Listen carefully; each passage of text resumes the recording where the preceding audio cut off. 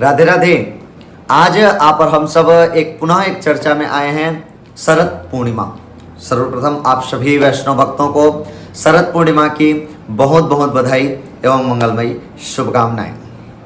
आखिर शरद पूर्णिमा क्या है, क्यों है इतना खास? वैसे तो 12 मास की 12 अलग अलग पूर्णिमाएं हैं, लेकिन सभी पूर्णिमा में ये शरद पूर्णिमा विशेष खास है, क्योंकि ये शरद पूर्णिमा ही है जिस दिन चंद्रमा अपनी 16 कलाओं से युक्त होकर के पृथ्वी में अपना अमृत तत्व का बरसात करती है।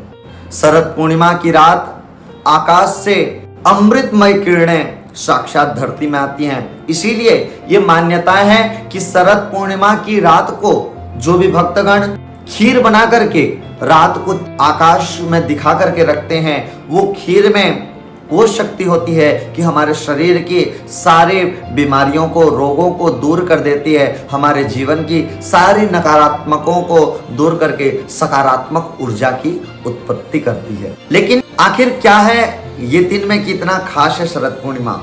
ये वही रात है जिस दिन में कृष्ण कन्हैया भगवान अपने ब्रज की वो गोपियाओं को याद करके वो यमुना के तट पे सुंदर सी वंशी का वाहन करते हैं और वो महाराष्ट्र का दिव्य शुभ आयोजन भगवान श्री कृष्ण कन्हैया ब्रज में किए थे। और वही लीला का स्मरण करते हुए आज भी हजारों वर्षों बाद भगवान श्री कृष्ण की इस शरद पूर्णिमा को याद करके हम प्रभु की सुंदर सी लीलाओं का गान करते हैं। इस दिन में प्रातः काल समय उठ करके सभी वैष्णव भक्तजन स्नान ध्यान करें, नित्य कर्म से निवृत्त होकर के कृष्ण कन्हैया भगवान की पूजन करें, आपके लड्डू गोपाल का सुंदर सा स्नान कराएं, सुंदर सा दिव्य श्रृंगार कराएं, माता लक्ष्मी जी के साथ में पूजन करें, भगवान जी को सुंदर सुंदर सी भोग लगाएं।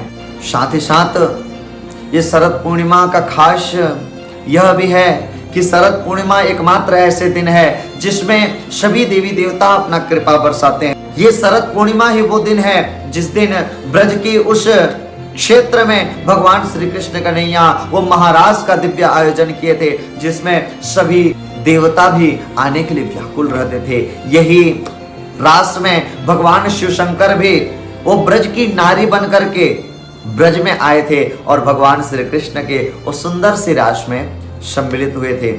आप सभी वो भगवान श्री कृष्ण कन्हैया जी का पूजन करें, अर्चन करें और इस शरद पूर्णिमा में भगवान को रिझाएं। ये शरद पूर्णिमा अलग जगह में अलग अलग नाम से जाना जाता है।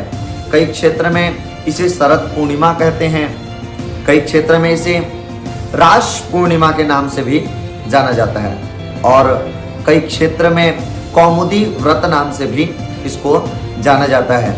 लेकिन व्रत करना कब है? इस बार की तिथि 17 को पूर्णिमा लग रही है, लेकिन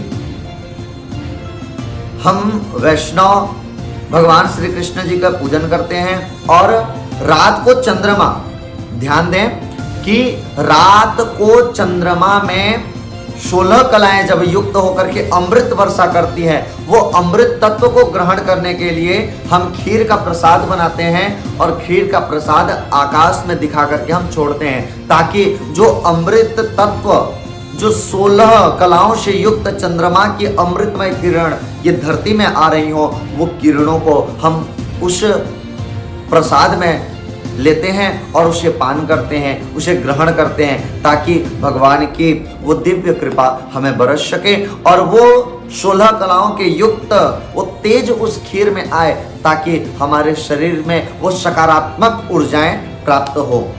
देखिए ध्यान से सुनिए, वो चंद्रमा की जो 16 कलाओं से युक्त वो जो अमृतमय किरण आएगी वो पूर्णिमा की रात को आएगी। और जब 17 को पूर्णिमा मान रहे हैं तो 17 की शाम को 4:50 में पूर्णिमा तिथि समाप्त हो जा रही है।